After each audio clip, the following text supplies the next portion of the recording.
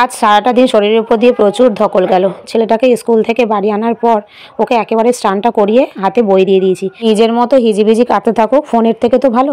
তারপর চলে এলাম রান্নাঘরে। তো এখানে রান্নাঘরে টুকিটাকি একটু কাজ ছিল, রান্নাঘর পরিষ্কার করা। তো সেই ফাঁকে একটু লেখালেখি করুক, আমি সেই ফাঁকে রান্নাঘরটা ঝটপট করে মুছে নিলাম। এই কাজের সময়টা ওকে কিছুতেই সামলাতে পারি না, সেই কারণে ওকে ফোন দিতেই হয়। তাই ও ফোন দেখার জন্য বায়না করছিল। আজ কিন্তু ওকে ফোন দিইনি, আজকে ওকে এমনি বসিয়ে দিয়েছি লেখালেখি করার জন্য।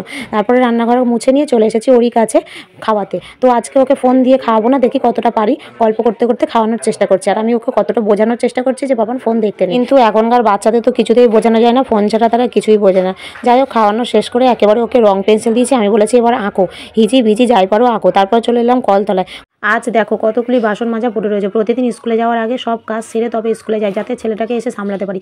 যাই হোক, কাজ বাজ শেষ করে আমি একেবারে স্নান টান করে খেয়ে নিয়ে কুটুসকে একেবারে দেখো ঘুম পাড়িয়ে ফিরে এসেছি। তো একেবারে ওকে ঘুমটা পাড়িয়ে দিলাম, তার কারণ আমার আজকে বেরোনোর ছিল। আমি এখন বেরিয়ে পড়েছি সেলাই ক্লাসে, আর ততক্ষণে শাশুড়ি মাকে বলেছি ওর কাছে থাকতে। তারপর সেলাই ক্লাস থেকে ফিরতে ফিরতে প্রায় অনেকটাই রাত হয়েছে, আর আমি প্রচণ্ড টায়ার্ড হয়ে পড়েছি, শরীরটা প্রচণ্ড খারাপ লাগছে। তো চলো বন্ধুরা, এখন একটু ঘরে ঢোকা যাক, একটু রেস্ট নেবো। পরের ভিডিওটা পরের পার্টে অবশ্যই দেবো।